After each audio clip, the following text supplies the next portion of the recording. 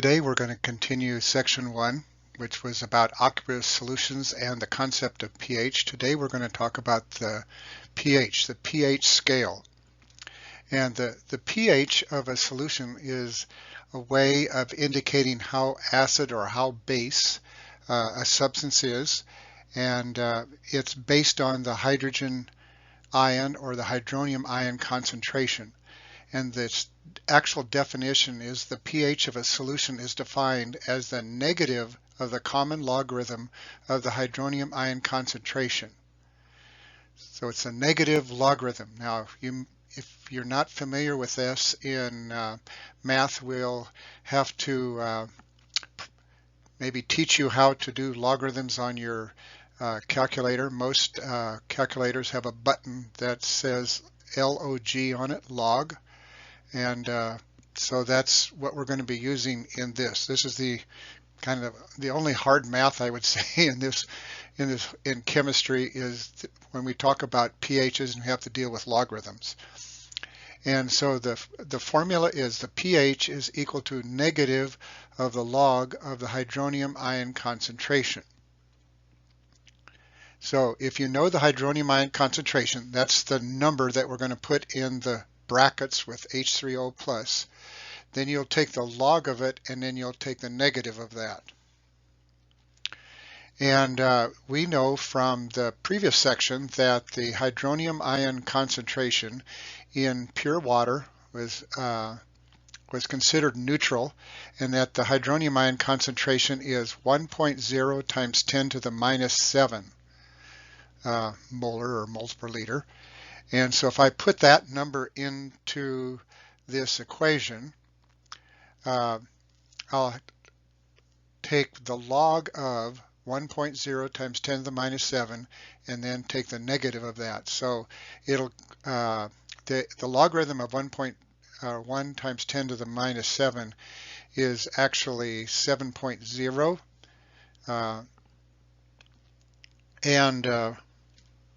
The pH of the negative of the log is going to be then the negative of 7.0. So in other words, it's going to be a positive number. One thing about all these pHs, maybe a way that you can check to see if you've done it correctly, if your answer comes up negative, you've done something wrong. All the pHs are positive numbers. So taking this idea to a number of different kinds of solutions, we can calculate the potential pH of these solutions. The first one, we have pure water, it just says H2O, 1.00 liters, and we learned yesterday that in 1 liter of that we have 1.00 times 10 to the minus 7 moles per liter of hydronium ions. We also had the same thing of hydroxide, but pH focuses on the hydronium ion concentration. So if I put 1.00 times 10 to the minus 7 into that equation, I find out that the pH is 7.00. The next example is 0.100 moles of HCl. And we've learned that when HCl ionizes, it produces 0.100 moles of hydronium ions, as well as that same number of chloride ions, but we're only focusing on the hydronium ions. So the concentration of hydronium is 1.00 times 10 to the minus 1. We're just taking 0.1 and converting it into scientific notation, which is what we kind of need when we're working with pH. And the negative logarithm of that is 1.00. But if the solution is just a tenth of that, 0.0100 moles of HCl, then the hydronium ion concentration is going to be less, 1.00 times 10 to the negative 2, and so the pH is going to be 2.00. Now, if we do not put an acid or a base in the solution, we have 0.100 moles of NaCl the hydronium ion concentration is just going to be the concentration in water. The salt didn't add any hydroniums, it didn't add any hydroxides, so nothing's going to be changed by that, so it would still have a pH of 7. Now, instead, if we put in 0.100 moles of sodium hydroxide, the OH concentration is going to be 0.01.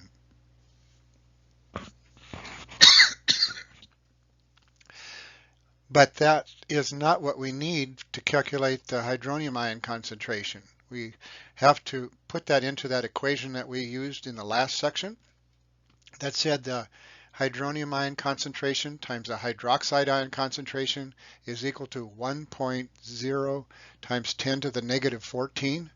So if this is 1 times 10 to the minus 2 for the hydroxide, then the hydronium ion concentration has to be 1 times 10 to the minus 12, because remember, those two numbers multiplied together have to give me 1.00 times 10 to the minus 14. So this sodium hydroxide solution mentioned here has a pH of 12.00. Now let's make it 10 times stronger. So the amount of hydroxide in this is going to be 0.100 moles. So in other words, 1 times 10 to the minus 1.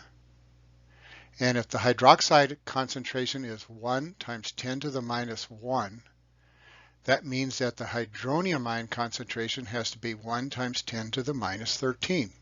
Their product has to be 1 times 10 to the minus 14. So if I put that into our equation, the negative log of the hydronium ion concentration, I get a pH of 13.00. Now, there is another thing that they use sometimes called a POH. Instead of focusing on the hydronium ion concentration, this one focuses on the hydroxide ion concentration. So they're sort of like opposites. And the POH of a solution is defined as the negative of the common logarithm of the hydroxide ion concentration. So we would write it like that. So the thing that's changed from the previous equation to this one, the other one was pH. This is now POH. The other one was the concentration in brackets of the hydronium ion. This is the concentration of the hydroxide ion.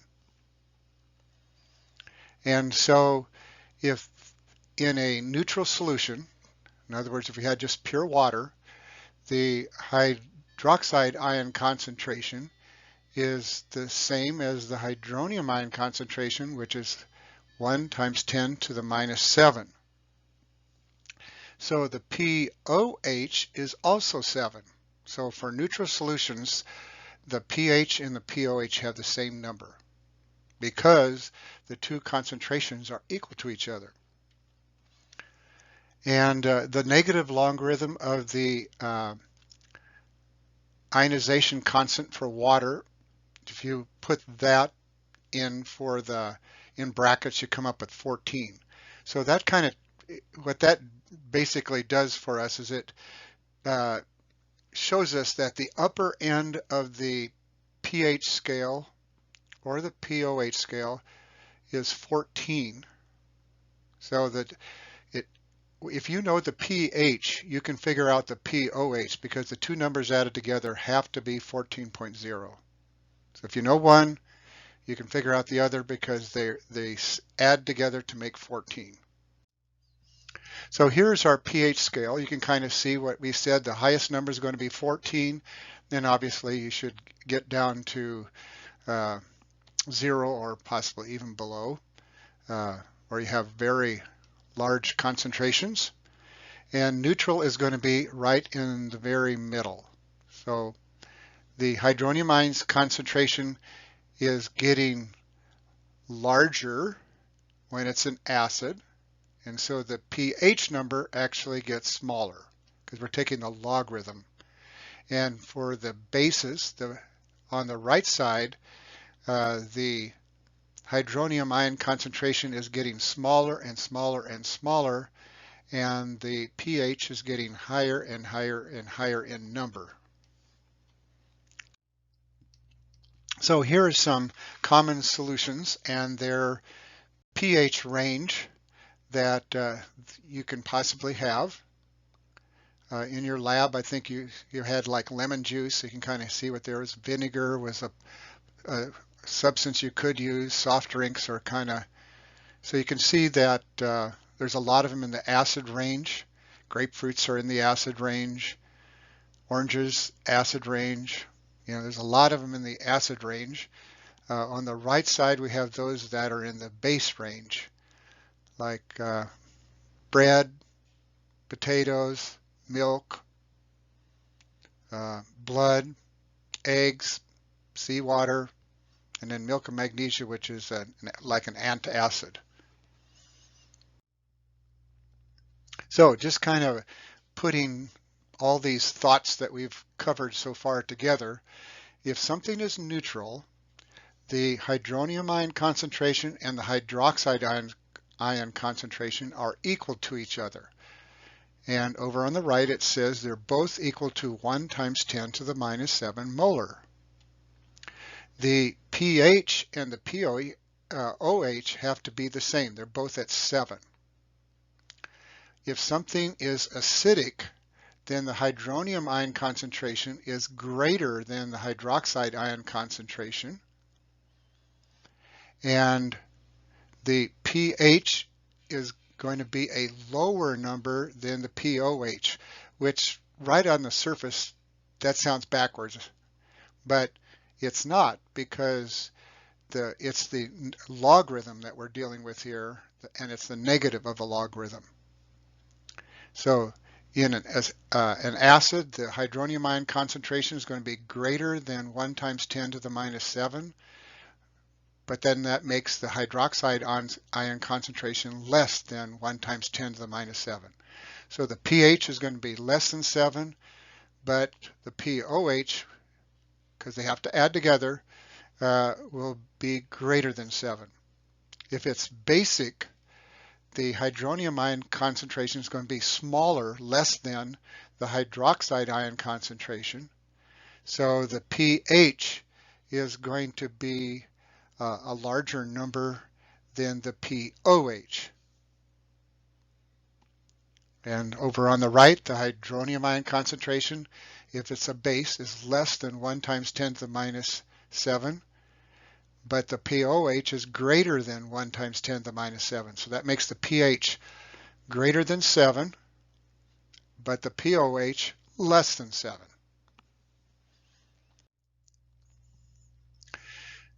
So how do we calculate the pH? Or when we are calculating the pH, there's some things that we need to keep in mind.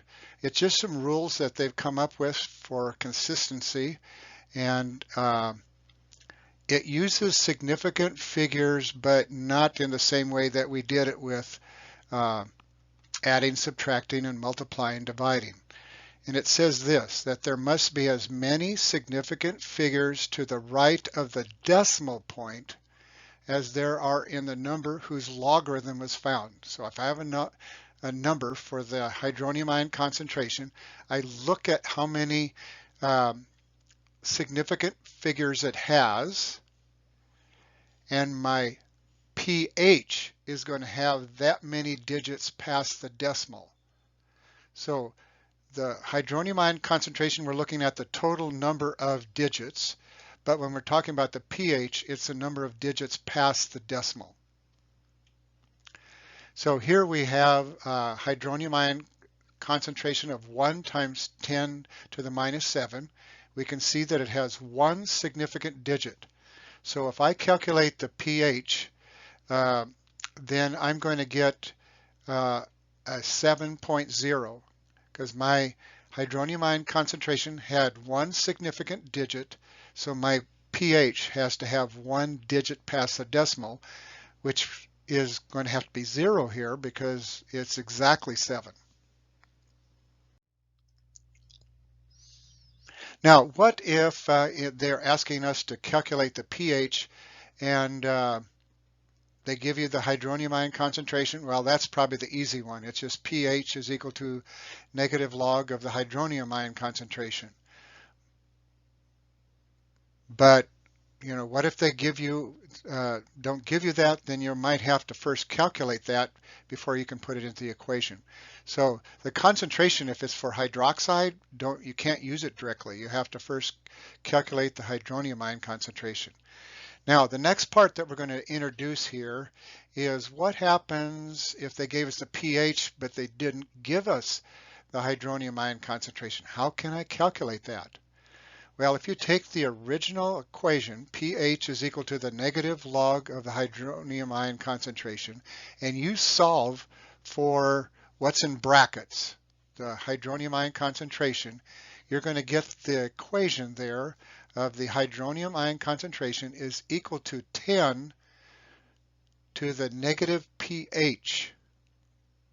Now, on your calculator, you have a button that has 10x on it. That's the button that we want to use here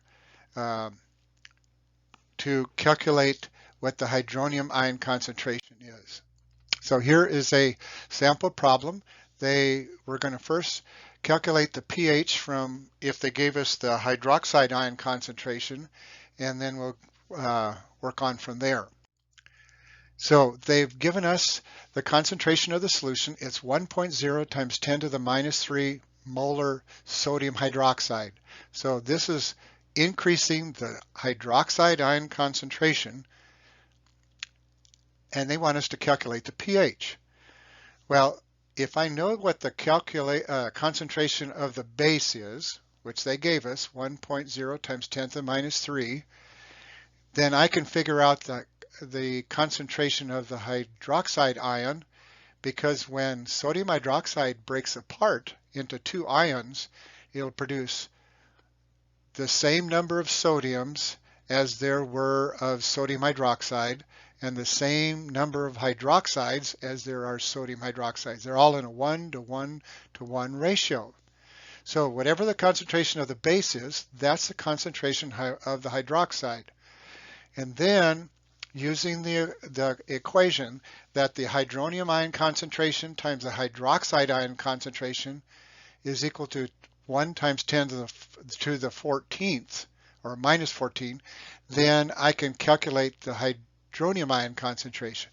Once I know that, then I can figure out the pH. So there's a lot of little steps in here, but I think we can do that if we just carefully think about what we know and where I can go with that piece of information. So the first thing I said is if we know the concentration of the base, then we know the concentration of the hydroxide ion. And in this, it's 1.0 times 10 to the minus 3. And if I put that in where we have the bracket OH negative, we're going to be taking 1.0 times 10 to the minus 14 and divide it by 1.0 times 10 to the minus 3. And then you're going to get 1.0 times 10 to the minus 11. Okay, again, I strongly encourage you to stop the video right now, take out your calculators and practice this. Don't automatically assume you know how to do it, because you might not. It's quite often the case that students will not get the right answer. Okay, but that's not our final answer. We need to find the pH. And so the pH is equal to the negative log of the hydronium ion concentration, which we just calculated was 1.0 times 10 to the minus 11. So I'll take the negative log of 1.0 times 10 to the minus 11 on my calculator, and I'm going to get 11. Now, you wonder, where do we get the two zeros? Well, remember the rule. The number that I used for my hydronium ion concentration had two significant digits. It was 1.0. That's two significant digits. So my pH will have to have two digits past the decimal point.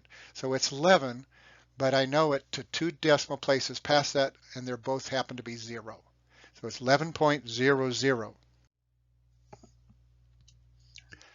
So back to our original equation, pH equals negative log of the hydronium ion concentration, and then switching this around so that we can eventually have the hydronium ion concentration is equal to something.